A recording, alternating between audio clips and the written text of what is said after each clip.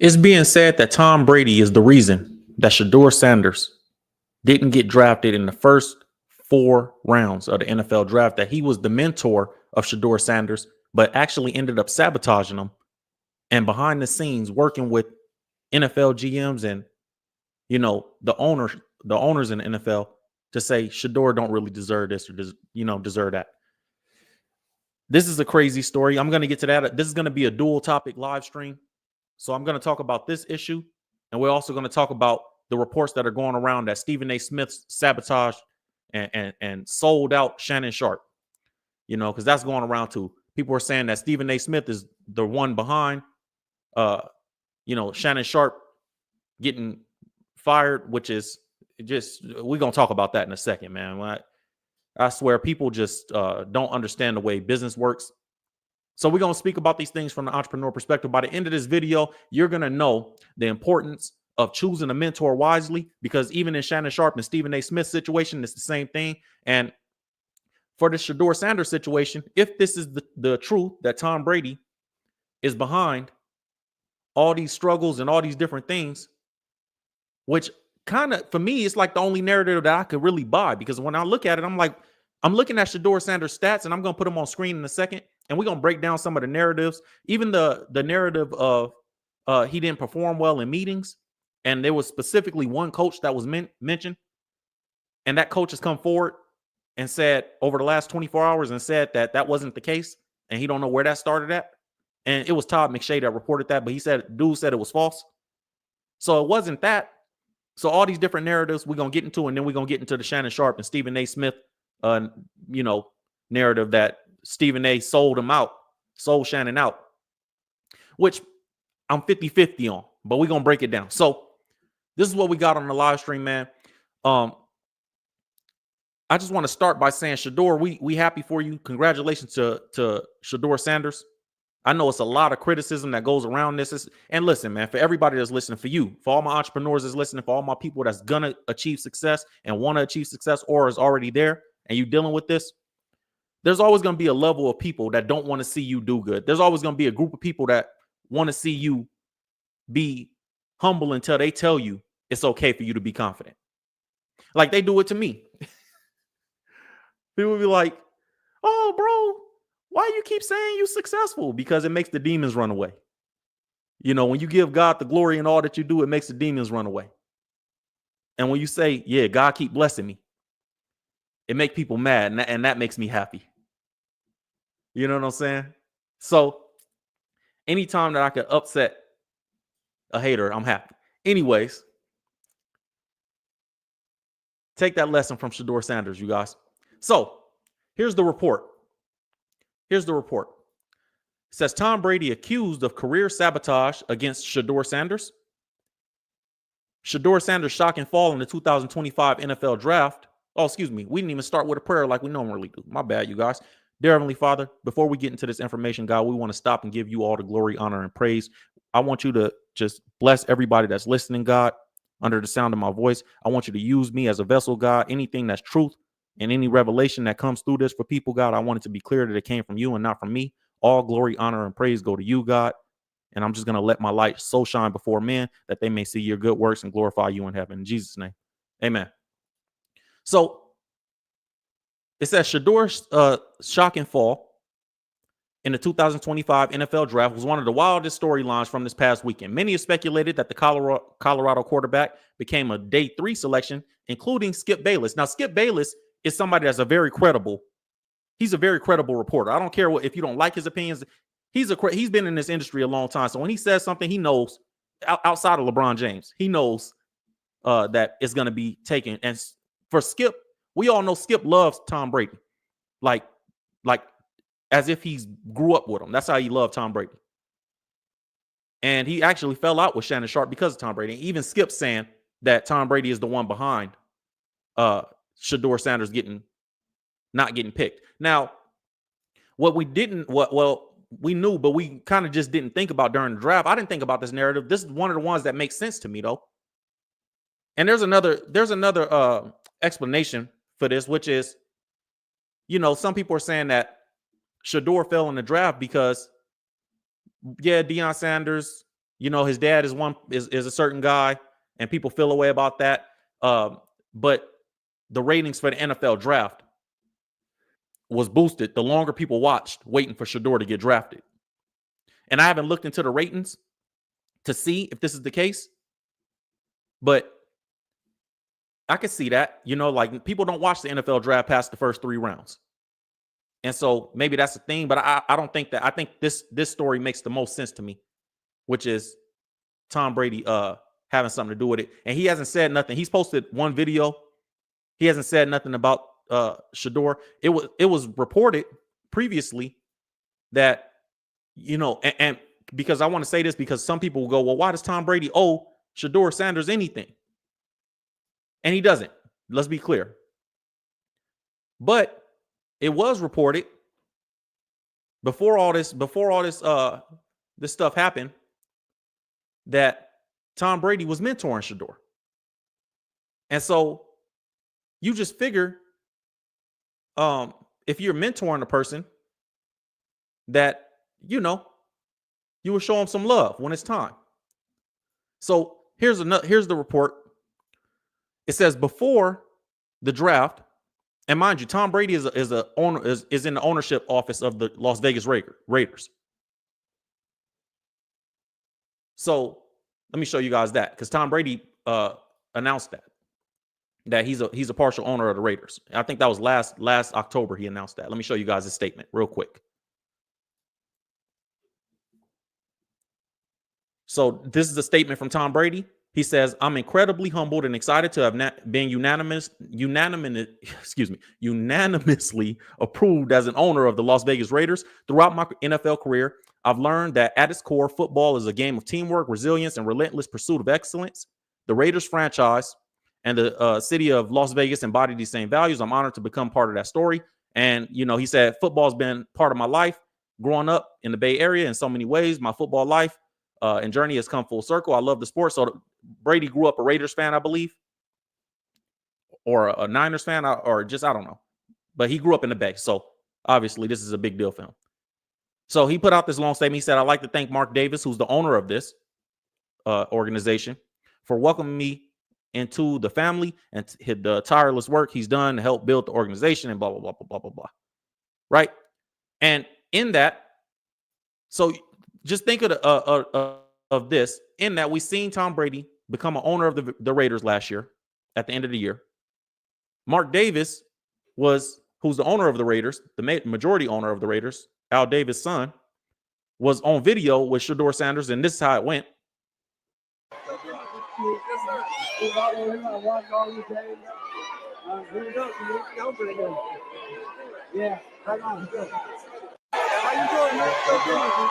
And in this video, he told Shedeur, he said, "You never know, you might already be home." This is when Shedeur is still in college. So the owner of the Raiders told Shedeur, "You might already be home. You might not have to leave," when they was in Vegas. You know, insinuating that we're going to draft you if we get the opportunity to. And so those reports were coming out. And, you know, prior to all this, prior to these accusations, I don't know if something happened.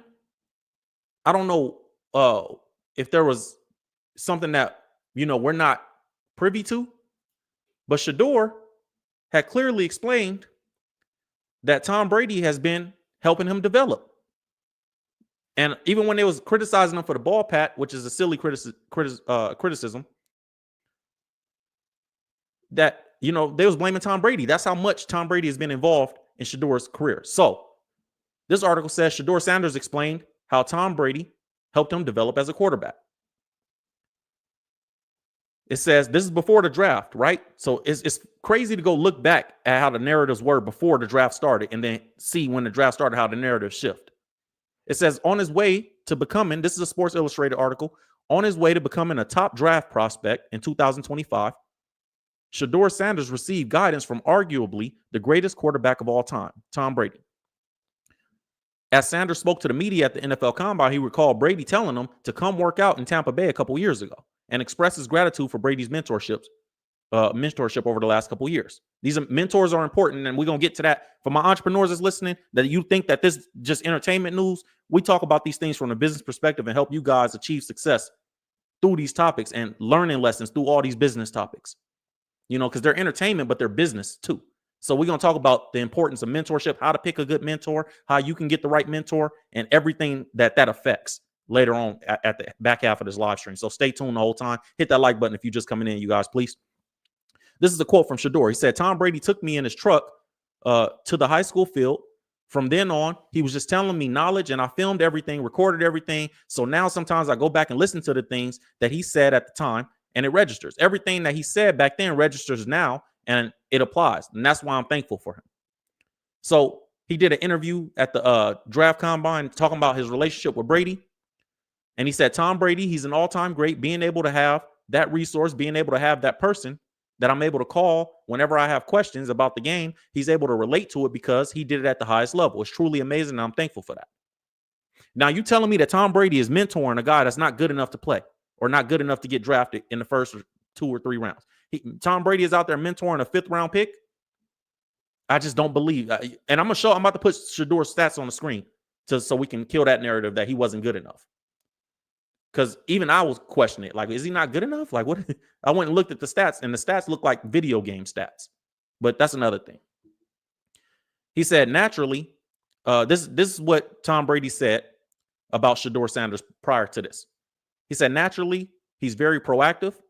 We had a conversation, and then phone calls, and then text messages, and then him making the commitment to say, hey, this is what I want to do. I'm really serious about it.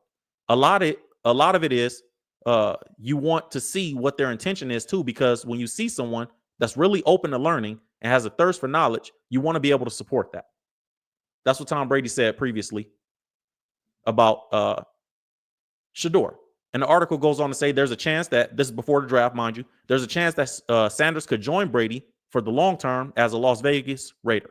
Brady, who's a minority owner of the Raiders, will have a voice in the team's draft process and the quarterback search. So Tom Brady, according to this article, mind you, the narrative prior to the draft, you got to go back and look at the stuff that they were saying because they tell on themselves. Before the draft, it was reported by, this is a credible article, that Tom Brady is involved in the draft process and the quarterback search. So that's important because he is the GOAT. And he plays quarterback at the high, and he did play quarterback and won 7 Super Bowls. So at the highest level, Brady is like, his opinion matters. And this is why I say that this may be the actual narrative. This may be the reason. Because if Brady don't take you, right? I understand him not taking him with the 6th pick. I understand them saying, you know what? It's too tempting to pass on Ashton Genty, right? What I don't understand is them passing them for the next 5 picks if Tom Brady had nothing to do with it. Anyways, so they said that Tom Brady was the voice of the team's draft process and quarterback search. The Raiders hold the number 6 pick of the draft, so they use that pick for a running back.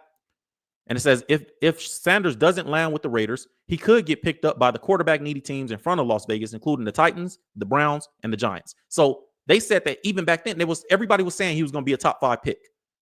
So what changed? What changed between that day and draft day? Because this article was February 28th. So 1 month, 2 months. It's actually 2 months to the day. So in 2 months, you tell me what made Shedeur go from being not a top 5 pick, because they just said he might not be there for Tom Brady and the Raiders to take him. So Raiders had the 6th pick. So from top 5 down to that, right? Now let's kill the narrative that he wasn't good enough and that he hasn't been consistent and that whatever. Deion Sanders called Shedeur a pillar of consistency, and when you look at these stats, you're gonna see why. They went all the way back to his high school stats and showed you guys who Shedeur is. So check this out, man. This is actually really, really interesting to look at.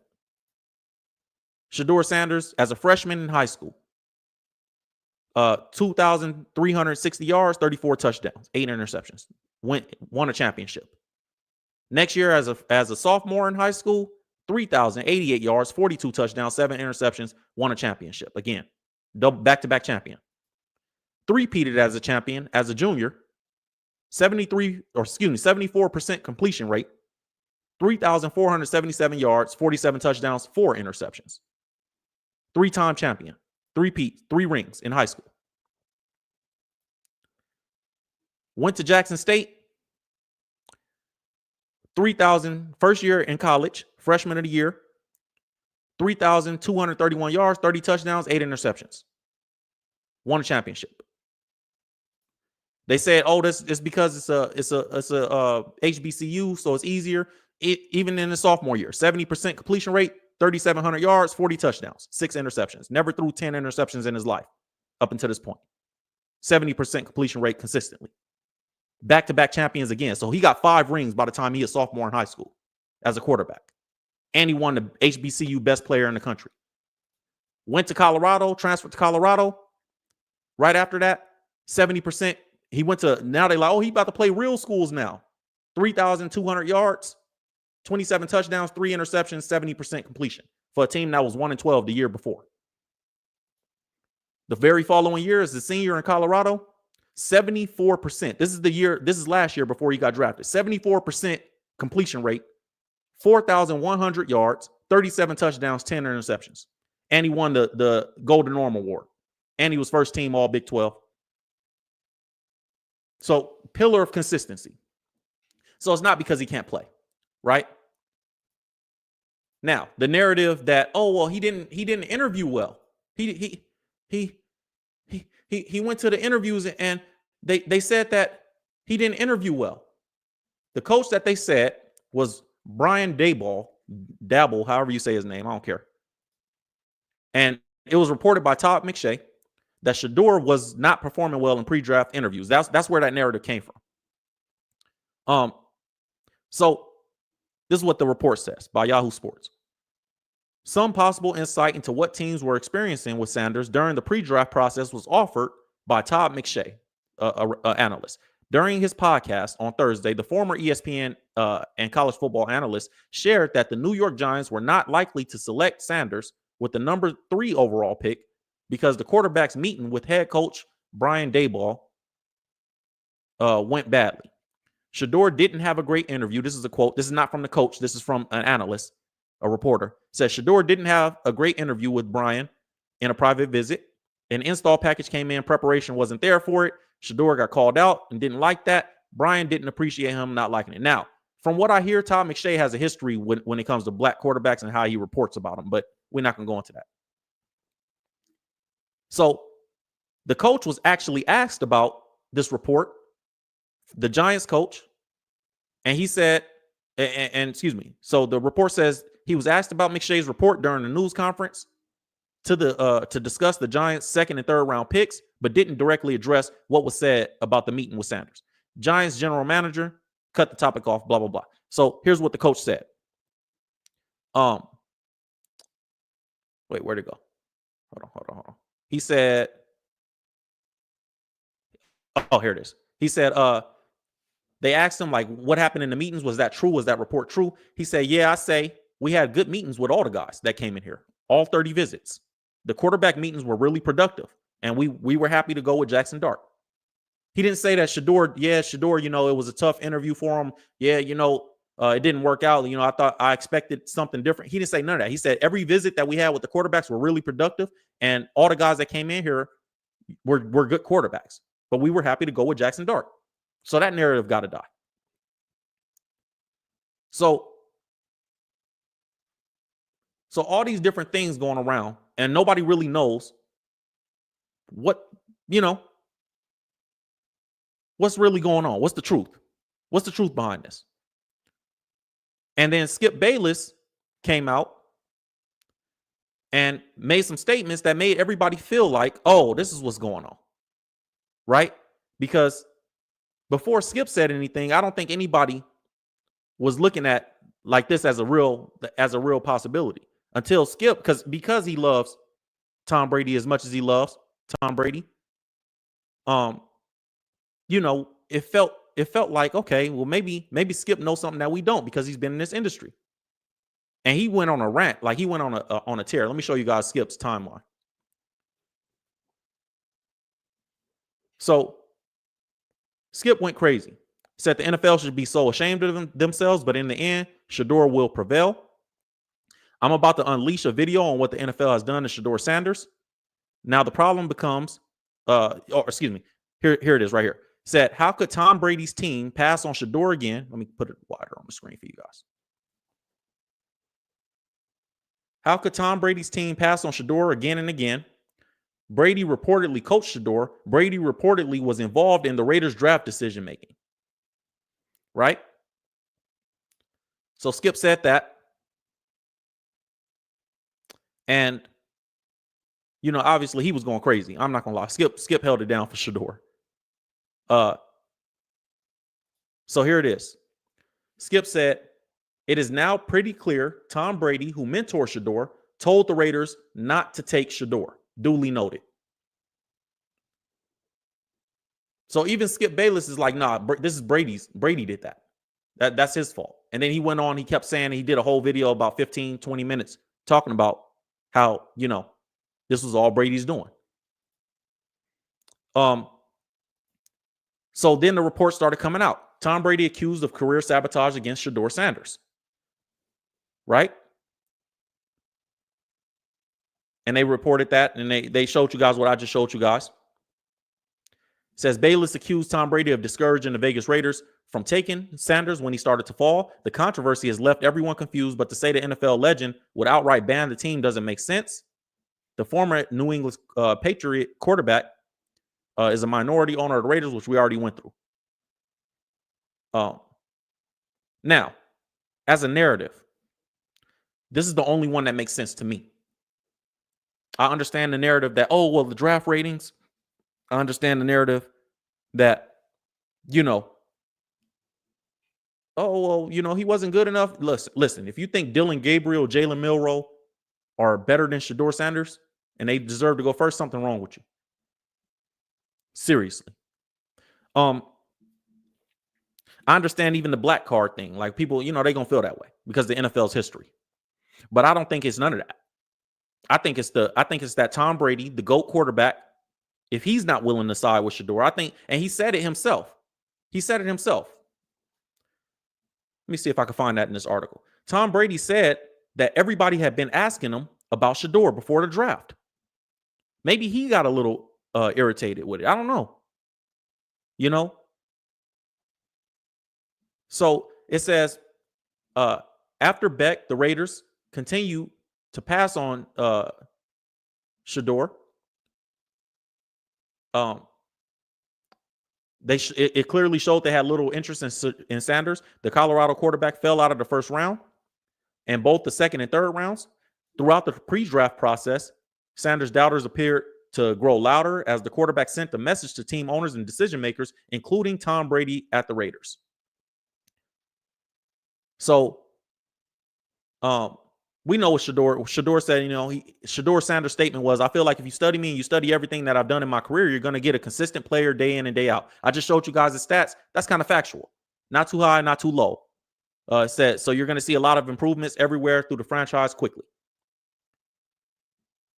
And then there was a video posted of Shedeur throwing the ball. I thought Shedeur would be a perfect fit at the Raiders. He said, people always ask me, this is Tom Brady. Here's what Tom Brady said about Shedeur before the draft. And this is why I think this narrative might be true. It says, people always ask me, how good do you think this guy is going to be? And I always say, it depends. That's what Tom Brady said about Shedeur. When the GOAT, listen, in business, when somebody that's really respected says something like that, I don't know. I think Tom Brady he might still have that competitive, I want to play fire. I don't know, man. But I feel like, let me not even go there, bro.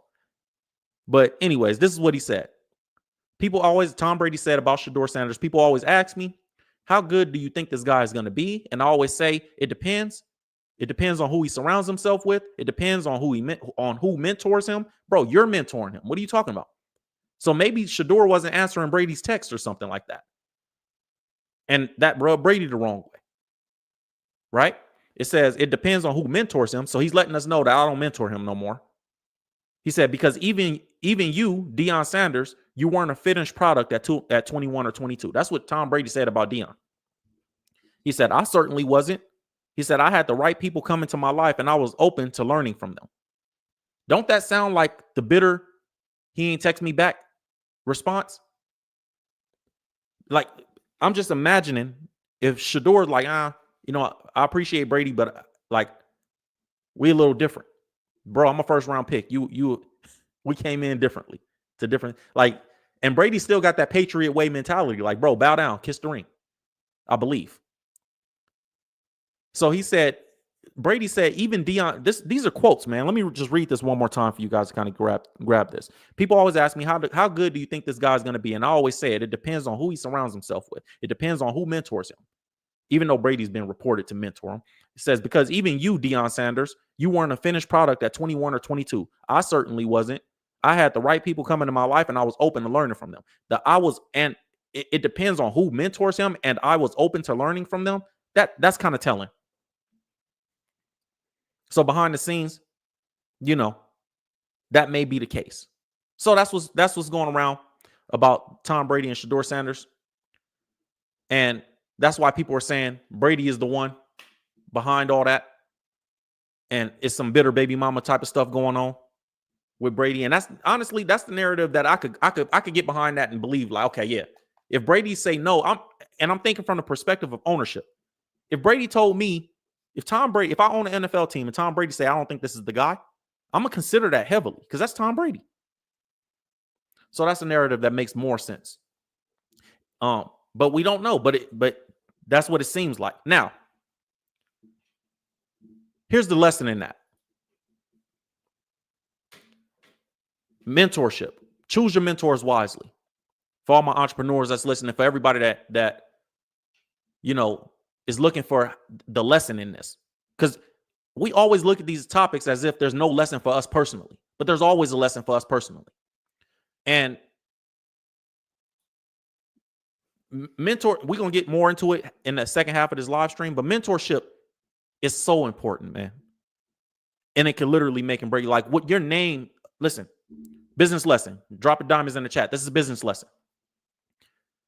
There's a difference between brand and logo, right? This is for my entrepreneurs. You take this with you in your business and you make millions using this concept. Take this with you. There's a difference between brand and logo.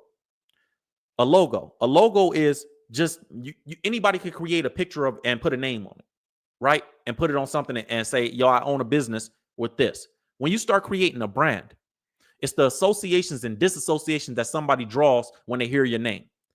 Your brand walks into the room before you walk into the room.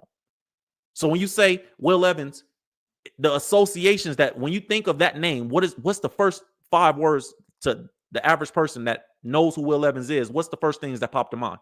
So Shedeur Sanders, what's the first things that pop to mind? Tom Brady, those are brands, right? And protecting that name because it walks into the room before you walk into the room. I don't care if it's a business brand or a personal brand. Those things walk into the room before you do. So if Tom Brady has drawn the associations or disassociations of what Shedeur Sanders is, and he walks that into the ownership rooms, and he walks that into the GM's office, and whatever those associations or disassociations that he draws about the brand of Shedeur Sanders, those are going to take precedent. Those are going to be put first. So be aware of that. You know what I mean? When you guys are doing that, when you're building your businesses, it's not just about creating a logo and putting a name on the building or putting a name on the business or creating a username or Instagram handle. It's about associations. That's the difference between brand and logo. And I could go deeper, but we got more topics to get to. So I do believe that this narrative may be the most plausible. It's probably the most likely. Speaking of which, just to touch on it real brief, the prank call. Shedeur Sanders received a prank call from the child of a coach. The Falcons defensive coordinator, his son stole the phone number of Shedeur out of the. So basically what happened is, if you don't know what happened, I'll just give you a rundown. Shedeur Sanders gave a private phone number, bought a cell phone, private phone number for NFL teams to call him on draft day. One of the kids of the Falcons defensive coordinator, the coach of the Falcons, took the phone number and prank called Shedeur like he was getting drafted just to like not, and when I say kids, I use that term loosely because this is not a child. This is a 21-year-old man that did this. To be clear, 21-year-old child of the defensive or 21-year-old man who's the kid of a defensive coordinator for the Falcons took the number, prank call Shedeur like he was getting drafted. I don't know if you guys saw that video, but a lot of people have. And he apologized for it. But, bro, use a buster. Straight up. Use a buster. His statement was, this dude's statement was, on Friday night, I made a tremendous mistake. Shedeur, what I did was completely inexcusable, embarrassing, and shameful. Shut up, man. Bro, shut up, bro. It wasn't a mistake. A mistake is what happened when the plan don't go right. Or I did something and ruined the plan. That was the plan. You made a tremendous mistake. How? That was your intention. You did exactly what you planned to do. You held the number for months. What you talking about? That number didn't come in that day. They had that number. You held that number for months waiting for that day to happen. That was a plan. You're a weirdo. Said, I'm so sorry I took away from your moment. Bro, you look, this is when I heard this statement, I'm like, oh yeah, this is one of them. This is like when the victim of the crime is on the stand pointing out the person that did it to him, and that person is like trying to, like, can I cross-examine the witness myself? Y'all seen that on TV? And it's like, did I hurt you? Like, you getting off thinking you did something. You ain't take nothing away, Buster. I'm so sorry I took away from your moment. You ain't take nothing away, bro. You just a weirdo. He said it was selfish and childish. I could never imagine getting ready to celebrate one of the greatest moments of your life, and I made a terrible mistake and messed with that moment. You ain't messed with nothing, bro. You just ruined your own life. You ain't that important. Like, these trolls, bro, they think they so important. You not important. I ban them from the comments. My moderators ban them from the comments. Bro, you not important, dog. 100,000 people still going to show up to see what's going on. Shedeur Sanders. They're still going to show up to that stadium to see Shedeur, buy his jersey and all that. You are not important. Stop thinking that just because you troll, you're associated with this now. You're not. Like, these people, there's so many failures out there that they never built their own thing. So in their mind, like, the only way I'll ever touch success myself is to be associated with somebody that did the work to become successful for themselves. So I got to get in comments and troll. I got to get on the phone and prank call. And then when I go viral for it, listen, bro, you went viral today. What you going to go viral for tomorrow? Nothing. Because if you don't keep being a loser that associates himself with successful people, then you don't matter. And so, like, this dude is a weirdo. I believe I really want to say something else, but I'm gonna hold my tongue.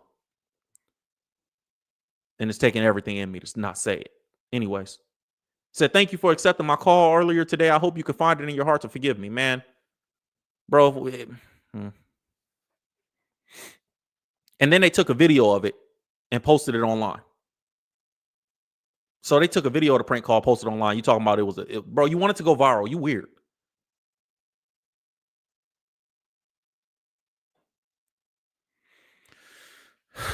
Let me calm down.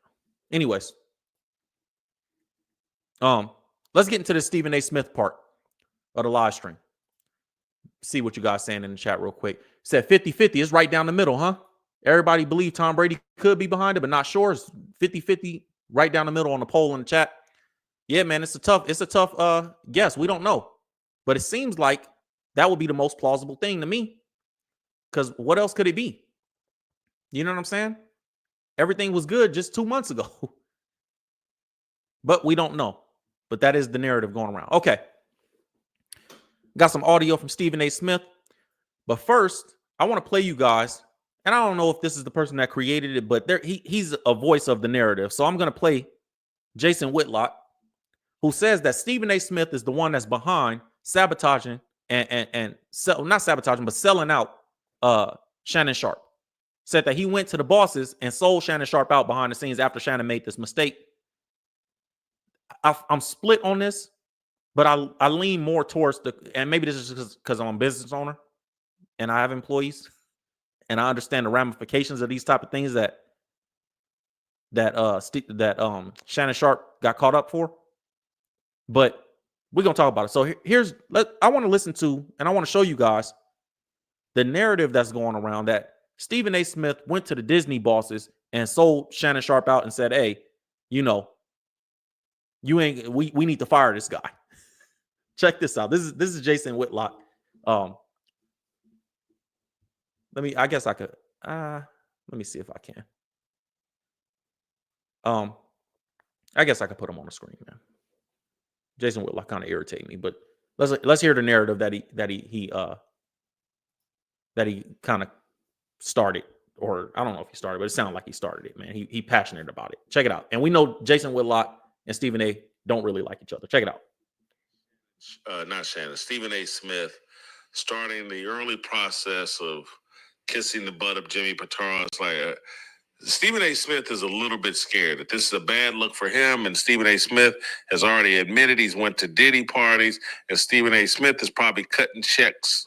He probably ain't got Shannon Sharpe's problem, but who knows? These guys, birds of a feather, flock together. Anybody that would hire and vouch for, hey, let's bring Shannon Sharpe over here. Let me bury my head in the sand and pretend like I'd never heard any of these stories about the problems Shannon Sharpe has had with women. Let's play SOT number 2. I can tell you, I also spoke to co-chairman of Disney, the boss, Jimmy Pitaro, who made it very, very clear we are taking this matter very seriously, and we are looking into this very, very closely. And once we gather as many facts as we possibly can, we will go from there. And that is all he said. And I can mention his name because I received his permission to say that. I don't know what that means. I don't know what that means. Yes, you do. Yes, you do. And that's why you're backpedaling. ESPN's going to gather as many facts as they can. News outlets are going to start reporting as many facts as they can. And a doo-doo storm is about to erupt and sweep Shannon Sharpe out. Shannon Sharpe appears on First Take on Mondays and Tuesdays. That's what they let him come on Tuesday and basically, in my view, do his final show. So that's what Jason Whitlock, he started this narrative, or he's a part of this narrative, I should say, that Stephen A. Smith went behind the scenes. And Stephen, I'm about to show you guys the new audio that Stephen A. put out. New statement Stephen A. made about Shannon Sharpe. And at this point, he did the first video and he did the first thing, but now it does seem kind of like, okay, now you're using bro for the views, dog. Because if it's my homie, I'm not about to keep.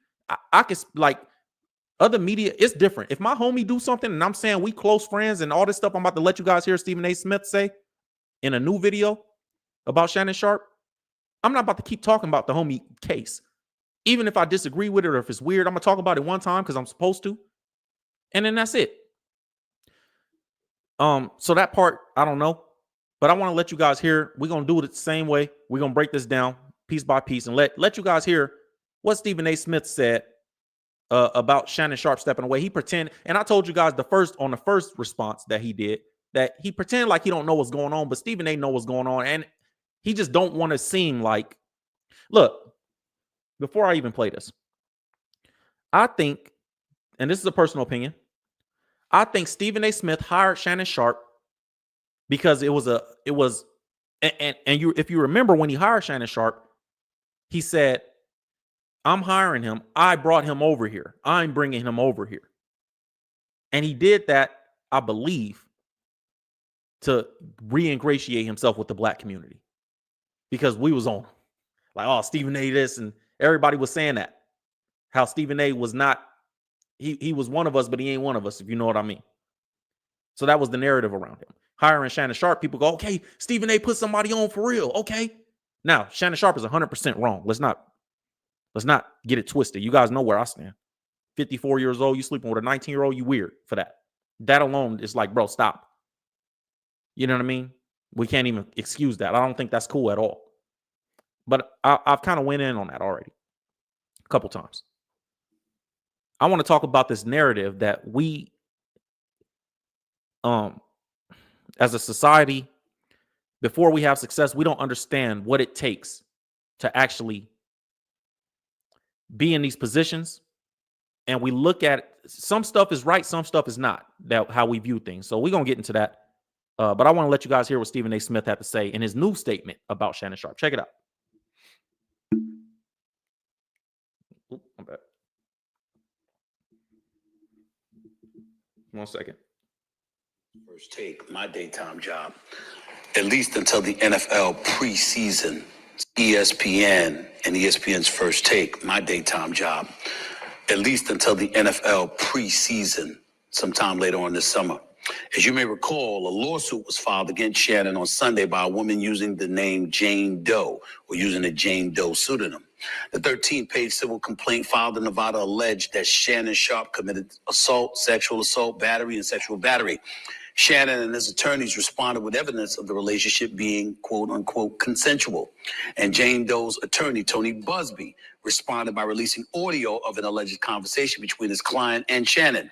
For those that don't know, Tony Busby is the same attorney that filed the lawsuit against Jay-Z and Diddy, alleging they both sexually assaulted a minor, which has since been withdrawn.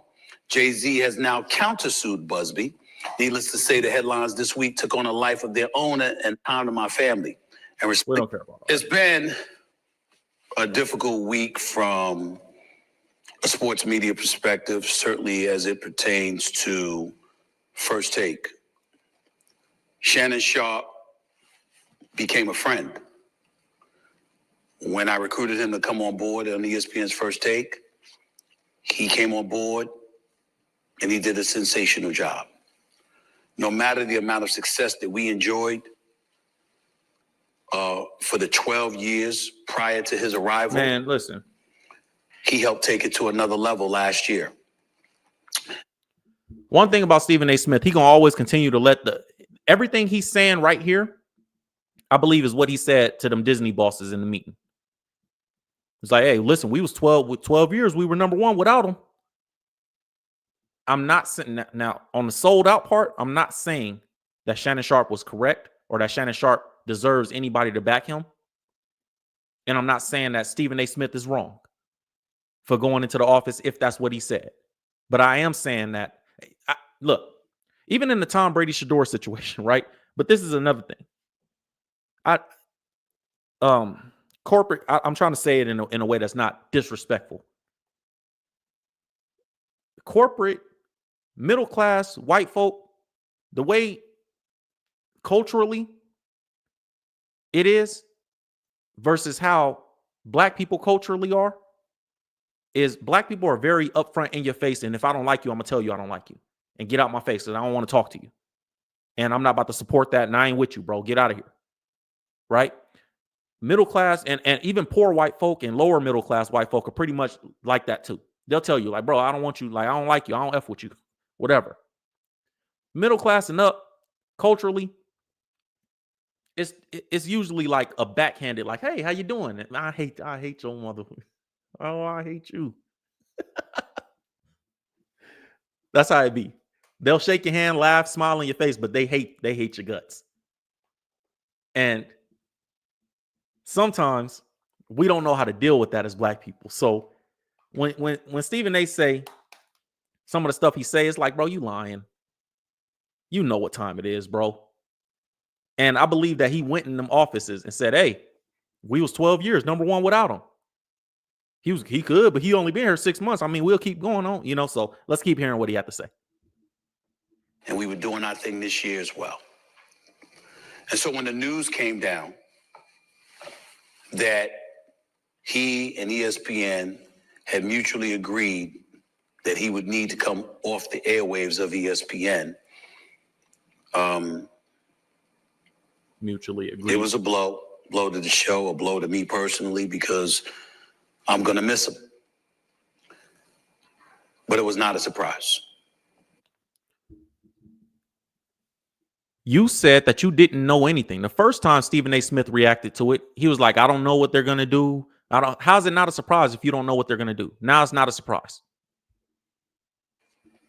When I was on the air just a few days ago, a lot of people were looking for me to say something. I'm not going to go there. I'm not going to speak to one's innocence or one's guilt about something I have absolutely positively no knowledge of whatsoever. Wow. Listen, man, I'm not going to speak to one's innocence or one's guilt about something I have no knowledge of. That's your homie. I believe that Shannon Sharpe is guilty of what he has been accused of. Absolutely not. That is my personal opinion. The brother that I've come to know, I don't believe would assault or rape anybody. Me either. And I'm going to state that emphatically. But just as emphatically, I'm going to remind everybody it is my opinion because of what I feel about him. Not in any way implying that I know a damn thing beyond that, because I don't know. I've seen the text messages released by his lawyer, who, by the way, I don't think has been impressive in this at all, because some of the information that was let out to the public, I have no idea why a lawyer would advise such a thing, but that's a different subject for another day. Hey, if you ain't here watching, hit that like button for me, you guys. You guys got the likes super low today. Let's get the likes up. And we're allowed to deduce from an opinion perspective what we believe and what we don't, so long as we concede that we have no way of knowing definitively what the truth is.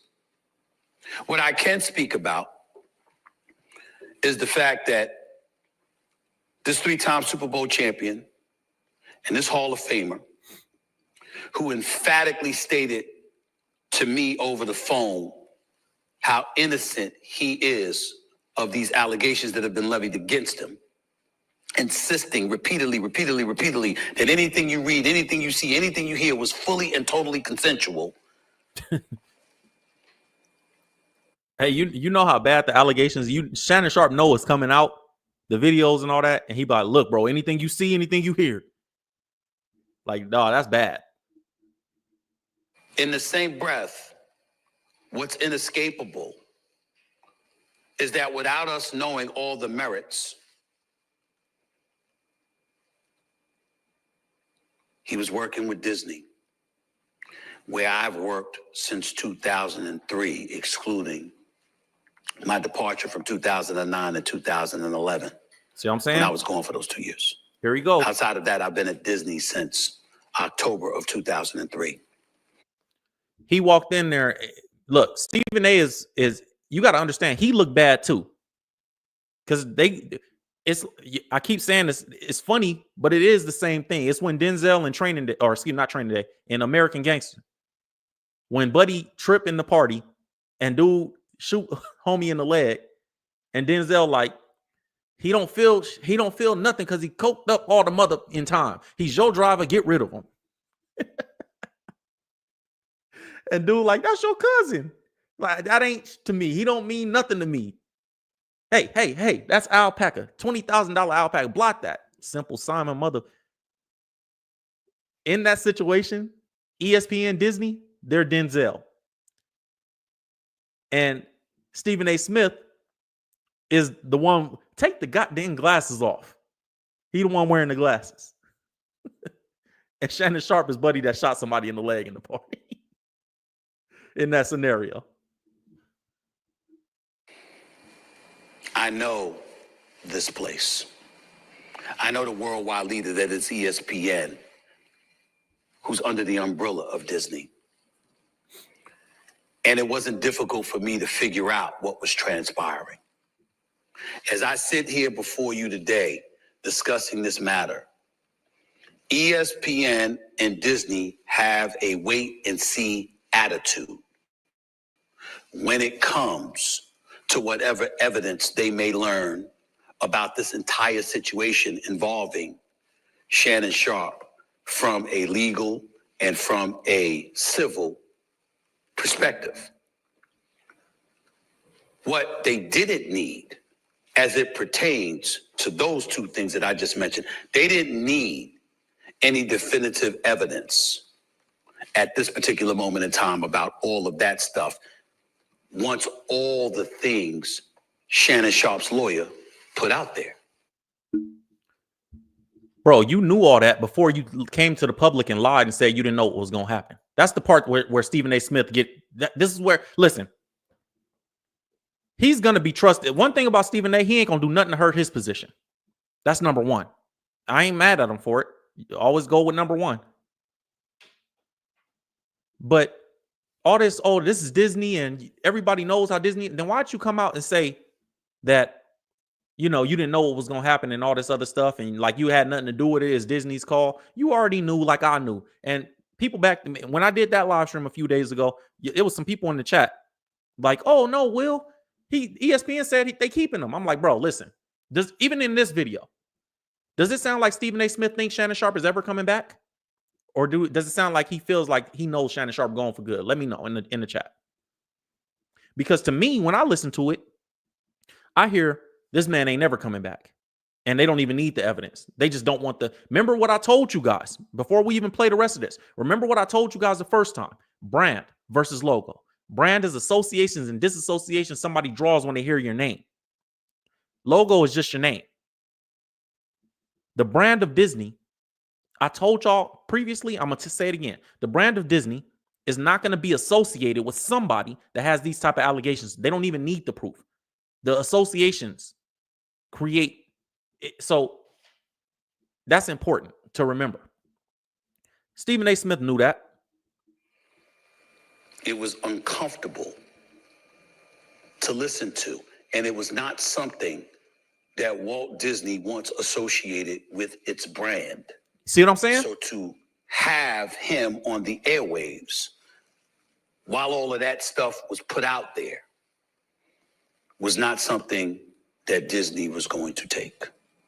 See what I'm saying? That is what I mean when I say I'm not surprised.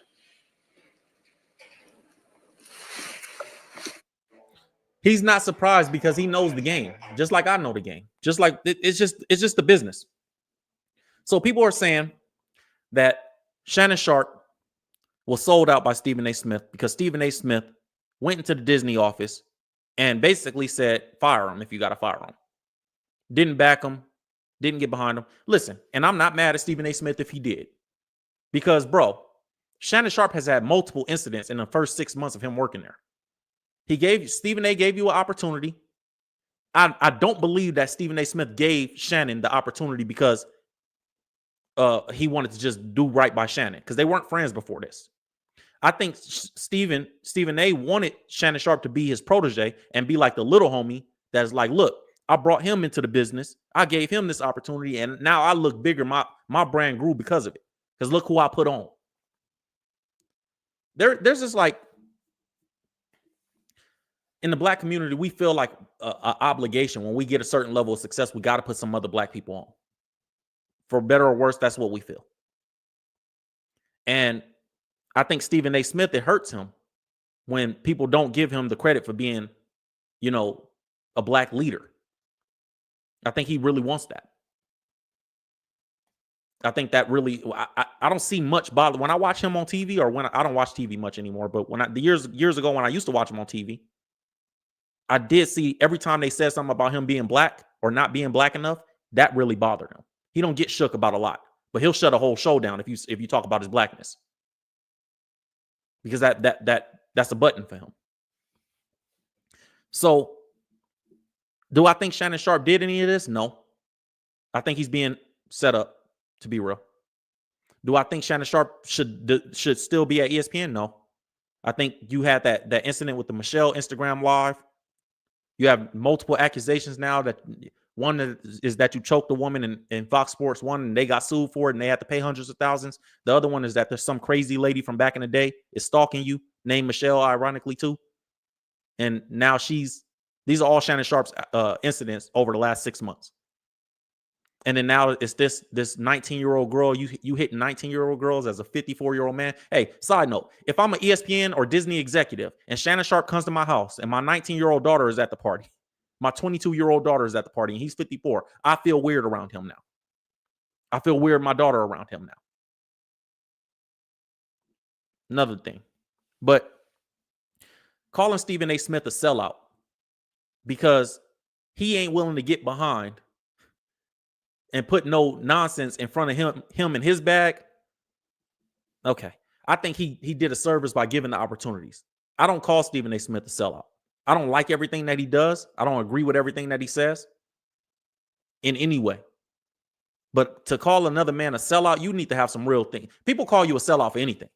If people call me a sellout because I love Jesus Christ, bro, that's not his name, bro. Okay, my name is Guillermo in Spanish. That's how you say William in Spanish. So somebody say, "Hey, Guillermo, Guille," which is Will.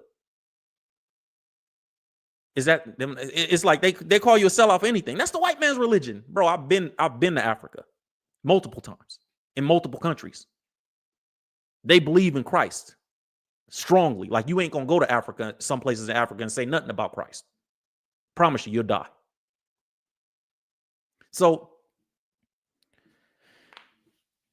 they'll call you a sellout for anything. You make some money and you don't give it away, you a sellout. You give somebody a job and you don't help them keep the job, you a sellout. Like, I just think that term is thrown around too loosely.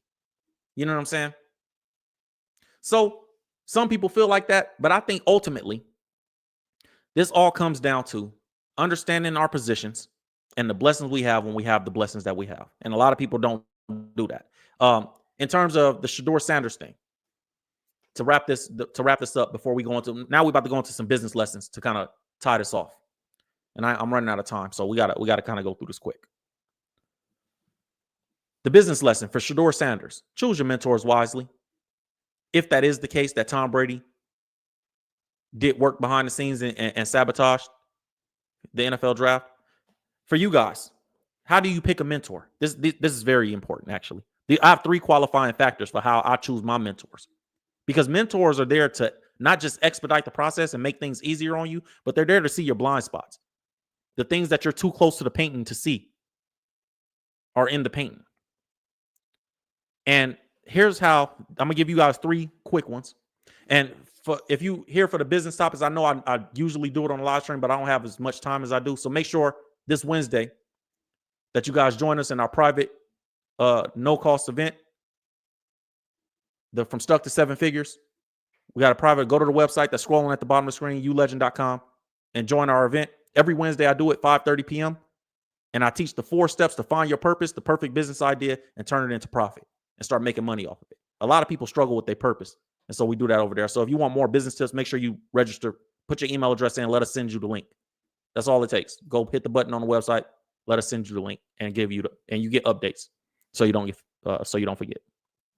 Here's the 3 things. I'm gonna give you guys this 3 things that I use to pick mentors. 1, were they successful before they started coaching? I coach business, but I was a millionaire before all that. Before I started working directly with entrepreneurs, I was already rich. We sitting in my mansion right now in the office. So do they need you? Because a lot of people out there, they want to teach people and they want to coach people as a come up. And if you need me to be successful, then you're not qualified to coach me. You need to have success and experience in the field that you're in before you coach me. So that's one thing to check off, right? The second thing, do they have the heart of a teacher or the heart of a salesman? Like in Stephen A. Smith's situation, I think that he brought Shannon Sharpe over there because it was beneficial to him. I don't think it was for Shannon Sharpe. In business, in general, I think even Tom Brady, it don't sound like Tom Brady was excited to mentor Shedeur. When you say it depends on who mentors him and all that, it don't sound like he was excited to do that. Do you have the heart of a teacher, or is it the heart of something else? Is it something else? Ulterior motive that got you doing this?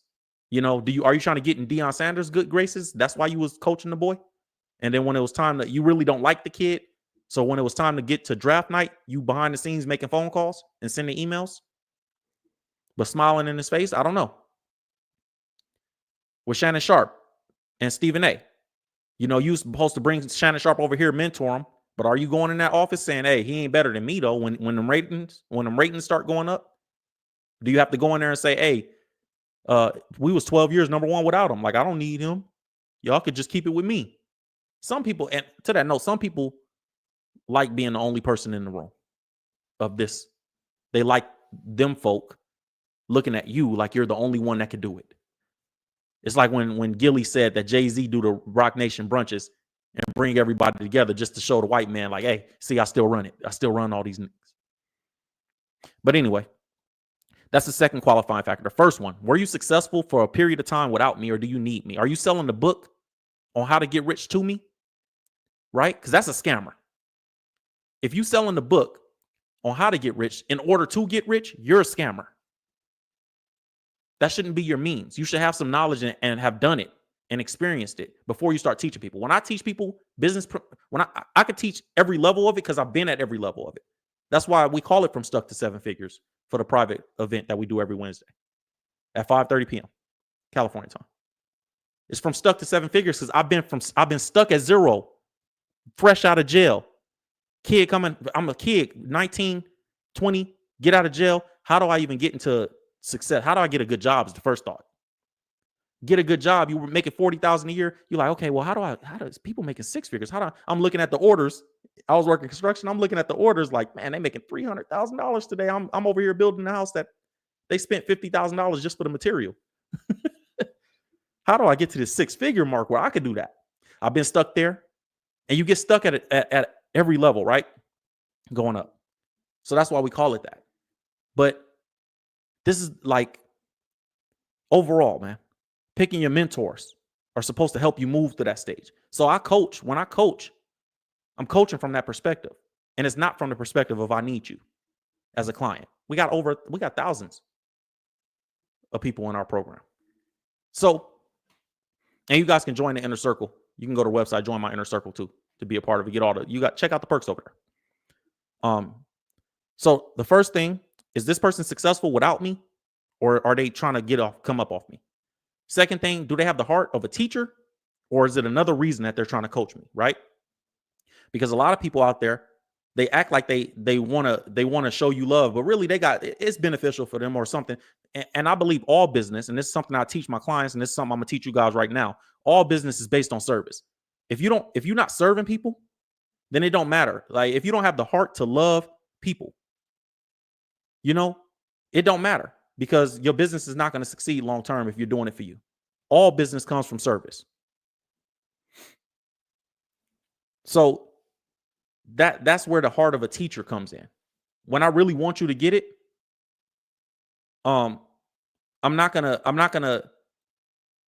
not gonna be about me. Excuse me, you guys. 1 second.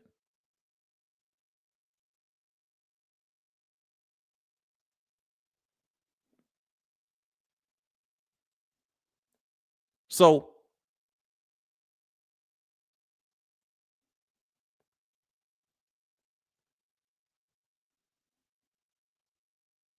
sorry, you guys. I'm checking on my wife. I'm sorry.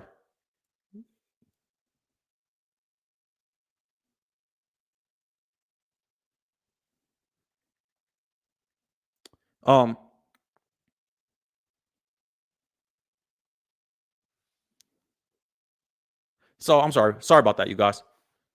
So that's the first one. So that's the first two. And here's the final thing, and this might be the most important part of it. Is this mentor teaching me things that are counterintuitive? Is the coach or mentor that I'm working with teaching me things that are counterintuitive to the things that I already know? Because if it's not counterintuitive, that means it's common sense. And if I already know it, why am I paying you to teach it to me? And why am I listening to you? You should teach me things that don't make sense to me in the beginning. When I have a client or I coach somebody, or when I am a client to somebody, because I have coaches and mentors still. You always should, even if you're 85 years old, in my opinion. The lessons that I'll teach you, that I'll teach you as a client, they're not going to automatically make sense until you apply them. For example, when I say, this is actually something I teach my clients. If you want to start making money, you need to give stuff away for free. Because I teach from the biblical perspective. I teach based on Bible principles. And everywhere in the Bible, every time God did something for somebody or had somebody achieve something, he gave them something first. In the Garden of Eden, before God said, work and cultivate the land to Adam and Eve, he gave them the garden first. And so in business, it's the same principle. So sometimes when I teach that to my clients, like, hey, what are you giving away for free? I don't want to give nothing away for free. I understand not wanting the word free to be associated with your name. But sometimes we think from a perspective of how can this business serve me instead of how can I use this business to serve others? And if you think like that, it'll never work. You got to give people something away for free. What does Will Evans give away that he doesn't? I don't charge. And I don't say free personally. I'm just using it so you guys understand what I'm saying. I say at no cost, right? Because you're not going to pay me with money. But nothing is free. Time is valuable. Attention is valuable. Like you guys just watching it and spending your time is valuable to me. But in general, that lesson is counterintuitive because people go, well, if I give it away for free, what am I going to sell? Listen, hey, here's a lesson. Here's another lesson as far as picking coaches and mentors wisely. If you have a mentor or somebody that's trying to mentor you and they don't want to give you nothing for free, they don't want to tell you like nothing, they can't give you a lesson, it's probably because they only got 1 or 2 lessons that they could teach you. And if they give that to you for free, what are they going to sell you? I know 1,000 things and I learn something new every day, literally. And I'm not just saying that as a, you know, I know so much, man. God has really placed a lot of information in my life and experience.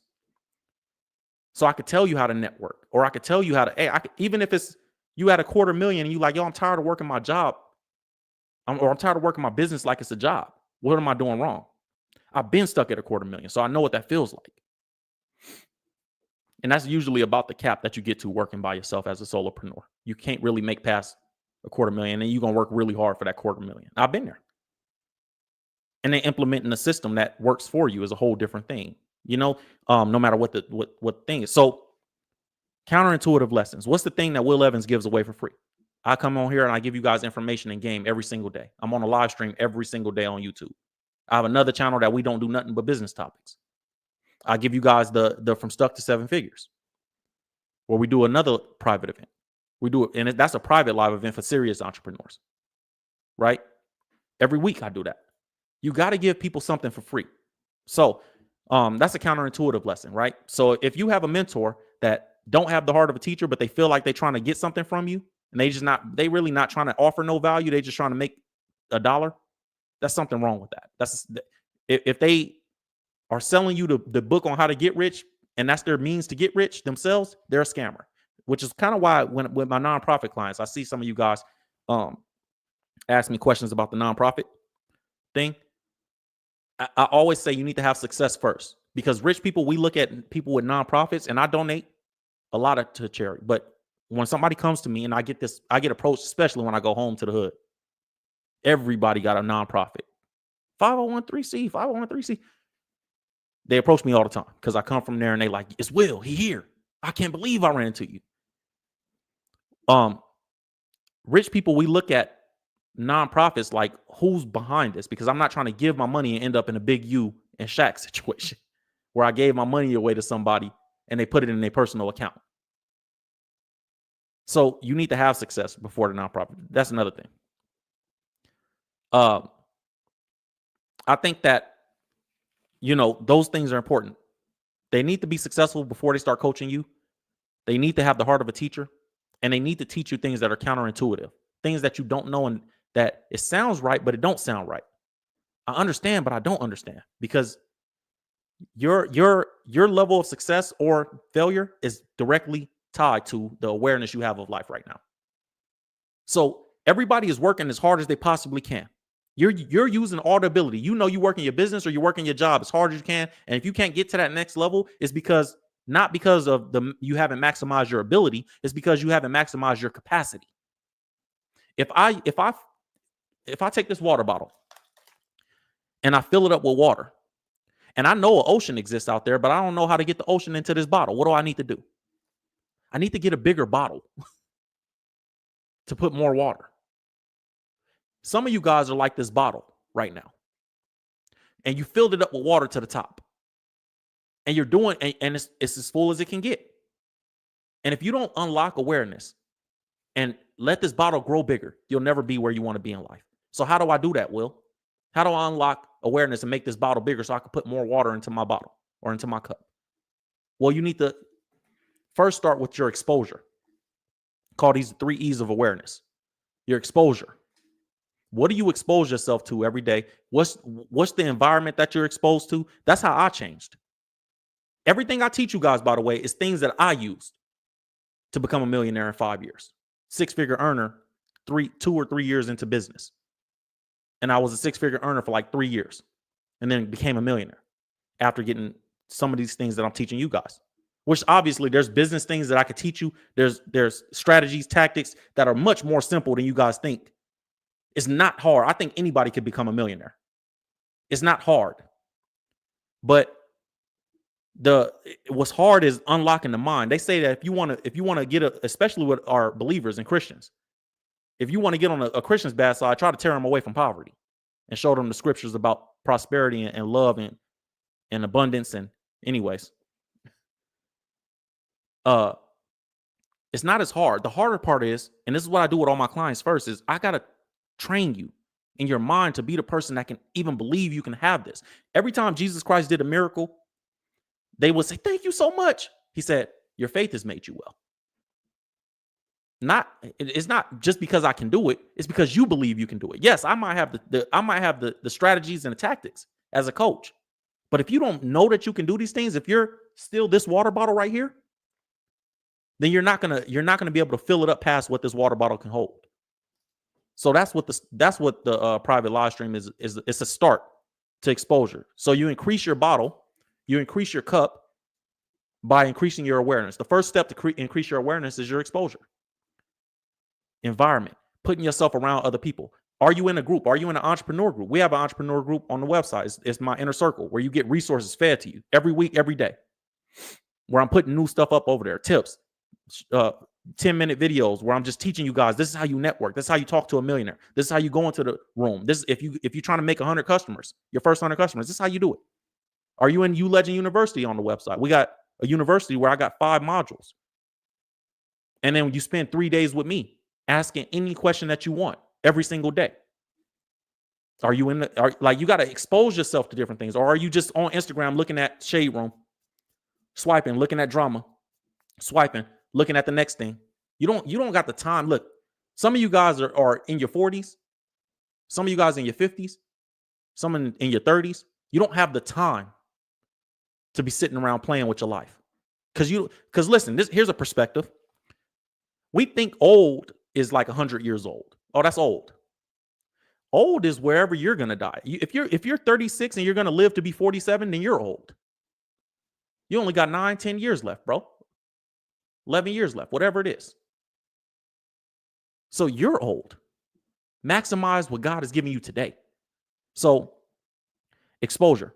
Then your exposure creates your experiences. You're going to have to start experiencing life differently when you surround yourself with different people. When you start exposing yourself to, my grandmother used to say, eye gate, ear gate, mouth gate, all your senses are gates. And the things that you let through those gates are the things that you're going to experience in life. So if you always listening to negative music and cursing, you're going to start cursing. If you always watching that PORN, and now you and your wife arguing, bro. Now you lusting after other women at work or other men at work, women. So protect those things. That's your exposure. Those create your experience in life. When you start elevating your experience, it's hard for you to not have a better expectation for yourself. I expect to make $1 million a year. I expect to make $3 million, $4 million a year. I expect to make $10,000 a month. I expect to make $5, whatever it is for you. Because that's what your experience is around the circle. And a lot of times people think that successful people are bougie and cocky and arrogant, even in Shedeur Sanders' situation, right? But that's not the case. What it is based on the exposure that he has. And based on the exposure that some people have, their experience is these things are possible. And this thing is what could possibly happen. And because I have the experience of knowing that these things are possible, then my expectation is that I'm going to do well. I have the experience of doing well because I was exposed to the fact that I could do well. And as entrepreneurs, we don't see it that way. We have so much self-doubt, and great people live in a little bit of self-doubt and a lot of faith in God. And it's a balance, right? But sometimes people's greatness or people's confidence in themselves is based on the experience, on the exposure experience that they have that creates the expectation. That's what awareness is. Awareness is I was exposed, now I have experiences, and because of those experiences, I expect. If you were this water bottle and you want to grow and put more water in that, you need to be around people like that are like who you want to become. And I always tell people, it's crazy to me because when I was coming up, I didn't have nobody. to point to and say, yo, how do you, I didn't know any millionaires. I didn't know anybody famous or successful with hundreds of thousands of followers. Like, and then I look at my friends and family sometimes like, what's wrong with y'all? Why don't y'all just come and ask me for advice? I'll give it to you. But it's just, they don't see it that way. Some of you guys watching this live stream, I'm telling you, go join our inner circle. $9 a month. It's like 2 cups of coffee, or like, it's less than a cheeseburger. These days, you can't go get a meal at fast food for $9. Join it. Get the resources fed to you every week. Or pay one time and get an annual. You get $20 off. You pay one time, right? $100. And you done. The whole year, you get these resources. Private live streams, business Bible studies, different stuff. Or come to the From Stuck to Seven Figures workshop every Wednesday. And just allow that information to be exposed to you. And, you know, said drop the link. The link's scrolling at the bottom of the screen right here. ulegend.com. ulgnd.com. Right? And it just makes no sense to me. Like, if you have the opportunity to expose yourself to something different, listen, and this is not arrogance or any of that speaking. This is purely honesty. I might be the most successful person that ever cares about you, that ever talks to you personally. And you have the opportunity to access that. Why not? Why wouldn't you? I don't understand it. When I was coming up, if somebody said I could do this for free or for, you know, but I understand that the principle, Jesus Christ taught this principle that where your treasure is, where your treasure is, therefore your heart will also be, right? Your heart's going to be wherever you invest your time and your money into.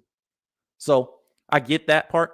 You know, people don't feel like they invest it, so they don't feel like they have to. But I just encourage you guys, don't skip over things that could change your life. You know what I'm saying? So increase your awareness, increase your exposure, increase your experiences, increase your expectation. Choose mentors very wisely. Don't just choose somebody just because they got something that looked like something, because a lot of these people be fake. They look like they got it. They don't got it. And a lot of these people look like they have information, but they don't really know what they're talking about. And it's a tough thing. When you do sign up for the inner circle, make sure you go back to the website. You got a portal and you get a secret menu too, by the way, where only inner circle people gonna have that menu. And that's where you get the access to your inner circle page and all the resources. Some of you guys was trying to ask me about that. I'm going to answer. I'm going to take, we got let's say about 12 minutes left. Any business, any entrepreneur questions that you guys have, drop them in the chat and I'll help you fix your business, or I'll help you I'll give you some information to achieve the next goal that you have, no matter what it is. So all my entrepreneurs, if you're a subscriber, you can chat. If you're not a subscriber, you can't chat.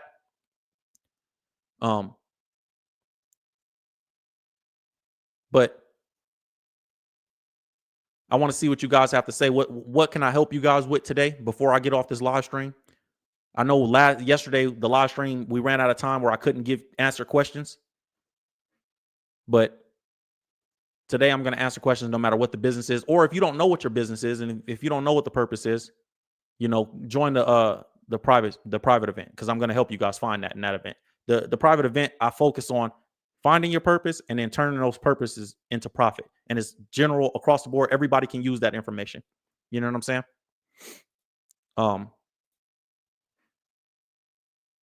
And if you guys don't have no questions, I'm about to bounce. We got a little over 800 people in here. Hit that like button if you haven't hit the like button yet. So I need to tell my son about your channel. You're absolutely correct. You can't get anything in if you don't let nothing out. Yeah, man. Look, success comes from inputs. You know, not effort. People think that effort is going to take them to the next level. It's not hard work. In the Bible, it don't say work hard ever. It says work diligently. It don't even use the words hard work. The reason I hate the term hard work personally is because the term hard work implies if it's not hard, it's not going to work. And if it works, it has to be hard. And I know better than that. I know that I only have to work 3 hours maximum to make millions of dollars a day. Some days I might have a 24-hour day because I choose that I want to do something better or innovate something or make something better. But I know for a fact I can make $1 million working 2 or 3 hours a day. It's about the level of value that you offer, not the amount of it. For example, a toll road. I use this as an example, the toll road, right? In California, we have optional toll roads on the freeway. You can pay for them and you get in there and you ride privately or not. When traffic is happening, those toll roads prices go up. Why? Did they create a new freeway? Did they offer an amount of value that was more? No. They just increased the value of it increased, so they was able to increase the price. What is that? What's the lesson in that? Sometimes you're not charging enough because you're not increasing the value. And sometimes you're charging too little for the amount of value that you get. So sometimes with my clients, I'll teach them, bro, it's not hard work that's going to get you there. It's increasing the value. Not the amount of value, the quality of the value. So like with my coaching clients, I got a coaching program that's $40,000, 6-week program, right? $40,000, relatively cheap for what we offer. But you get to go to the business retreat with us. You might get a private jet excursion with, like you get to get on a private jet with me and ask business questions. We do an experience every time. You might sit courtside with me at an NBA game, and we just go hang out. We ask business questions. You spend 6 weeks, and then you get your coaching sessions. Like it's not about the amount of things; it's about the level of things. You get to hang out and you might, you know. So I put you in contact with other millionaires. Like it's a whole different level of experience. It's not always about how much you give. It's about or how hard you work. It's about the level of what you do things at. So how did you overcome having a record and being accepted in the business world? The business world don't care about your record. They care. Business is very results based. If you know something that I don't know, they don't care. So I had a skill. So this is how I overcame it. While I was working in my 9-to-5 job, I was building my personal brand online. As I'm building my personal brand online, because when I came home, I had to get a job. Don't ever devalue getting a job, people. Go get a job. Because your job is your first business partner. So I used my job and I worked. After I would get off work, I would drive Uber, DoorDash, whatever I could to make an extra $5. My goal was always $500 a week to have $2,000 a month to invest in my business. I would do that, buy the things I needed to increase my personal brand. I started going viral a lot. This is before TikTok and all that. So I would go viral on Facebook, Instagram, every platform that was YouTube, everything that was available. I have 4 monetized YouTube channels. This channel is my newest channel, but I have 4 other channels that are monetized. So I was going viral. I use that personal brand, which is everybody can have, or a business brand. If you're a business, you need to build your business brand. You need to get somebody that can teach you how to do that because it's very important. It walks you into rooms that before you even get there, they say yes because of who it is, not because of what it is. Right. And so in the business world, they don't care. They just see that at that point, they saw that I could go viral. Like, bro, you know how to go viral. Teach us. At that point, it was more valuable because it was harder to do. It's easier to do since TikTok to go viral. Right. But it was harder. So that's how I got my start. But ultimately, how that can apply to your business or how you can fix that for yourself. First thing, get a job. Because it's going to teach you how business works. That's you can't be an employer one day and get into the business world. I have a dozen employees. I'm a great employer because I was a great employee. I was a good soldier before I became a general. So if you have a record, you need to start there. Then you need to start understanding that what you think you know, you don't know anything. And you need to be humble. I listened more than I did anything else. I have a mentor in Italy. His name is Tony. He flies from Connecticut to Italy every year. And I was in Italy having dinner with him on the coast. Me and him was sitting in Italy having dinner. And he said, baby boy, you know why I like you? Because you do a lot of this and you don't do a lot of this. I don't do all that talking when my mentors is talking. I listen. They don't. For some reason, they know more than me because they're in hundreds of millions of dollars. They know more. When Michael Franzese is talking to me and we're sitting there having dinner, I listen. I shut my mouth because he knows something that I don't know. He's been here longer. So that's part of it. But a record don't hold you back as much as we allow it to hold ourselves back. Man, business is very black and white. Can you get the results? Can you offer value to the consumers? Focus on serving people, you're going to be fine. Focus on yourself, you're going to struggle. That's the commands that Jesus Christ gave. The Bible says it over and over again, but somehow we miss it. It says, work for one another, serving each other as if working for the Lord himself. That means you're supposed to serve people like you're working for God. That's the scripture. Jesus Christ said, let he who is greatest among you be servant of all. Got to serve people. So I took all my biblical business advice. I took all the business advice that I knew from the Bible, and then I went to see how does this is this real in the real world, and how do I apply it? And then I just grew. It says struggling with a contractor web developer job. Okay, expecting an unreasonable amount of work for the amount of hours. Okay, here's how you're going to deal with that. Here's how you're going to deal with it. You have a contractor, and they're expecting an unreasonable amount of work for the amount of hours, right? Now, well, hold on. Before I even say that, let me make sure I read you correctly. Struggling with a contractor web developer job. Are you struggling with it, or are you struggling with the contractor? Like you hired a contractor, or you're the contractor? Let me know in the chat. And who's expecting what? Expecting an unreasonable amount of work for the amount of hours. So if you're the contractor, let me just try to go from both perspectives. If you're the contractor, okay, yeah. He said I am the contractor. Okay, cool. So if they're expecting an unreasonable amount of work for the amount of hours, this is what I would say. This is how you defeat that. Because sometimes I get clients that they want this. Like some people are designed. Most people are designed to look for a checklist of I got this, I got that, I got this, and you hit this many hours, and you're supposed to do all these things in this many hours, right? And one of my mentors told me, you tell people that I can't teach a kid how to ride a bike at a seminar. Like, bro, one session is not going to get you trillions of dollars. Diligence gets you there, right? So let me give you your lesson. If you're the contractor, you tell them, hey, the work that I do is based on the value that I offer. It's not based on the quantity.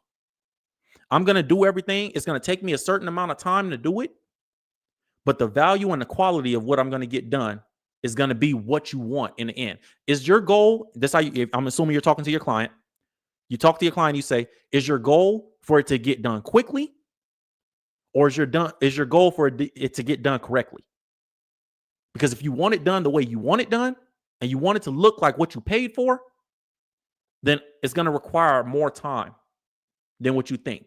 I need you to have that expectation that we're going to take our time and do it correctly. But if you need it to be done quickly, then maybe I'm not the guy for you.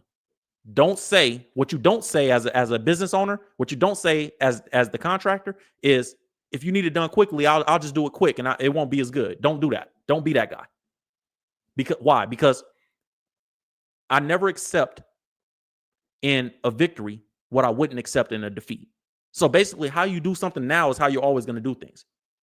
So hold your company and hold your integrity to the standard of I offer quality, period. If you're not the type of person that wants quality, I'm willing to walk away and give you, and give the opportunity, allow you to give the opportunity to somebody else.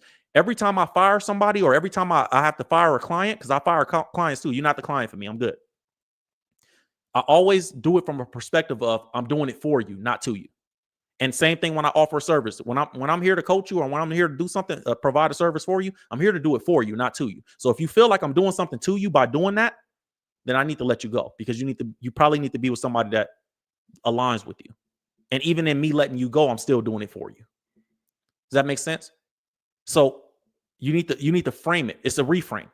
Hey, what are you looking for? I'm trying to understand that, make sure your goals align with who I am as a contractor. This is what my company is about. Because why? Brand is so important. The associations and disassociations that people draw when they hear your company or your name. Hey, I hired this contractor from here, and I worked in construction for 4 years, almost 5 years. So I know your struggle. The associations that people draw when they hear your name as a contractor need to be strong. They need to say he does good work. He takes a little long, but he does good work.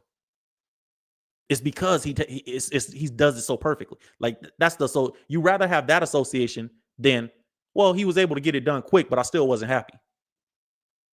Nah, we ain't gonna play that game. Feel me?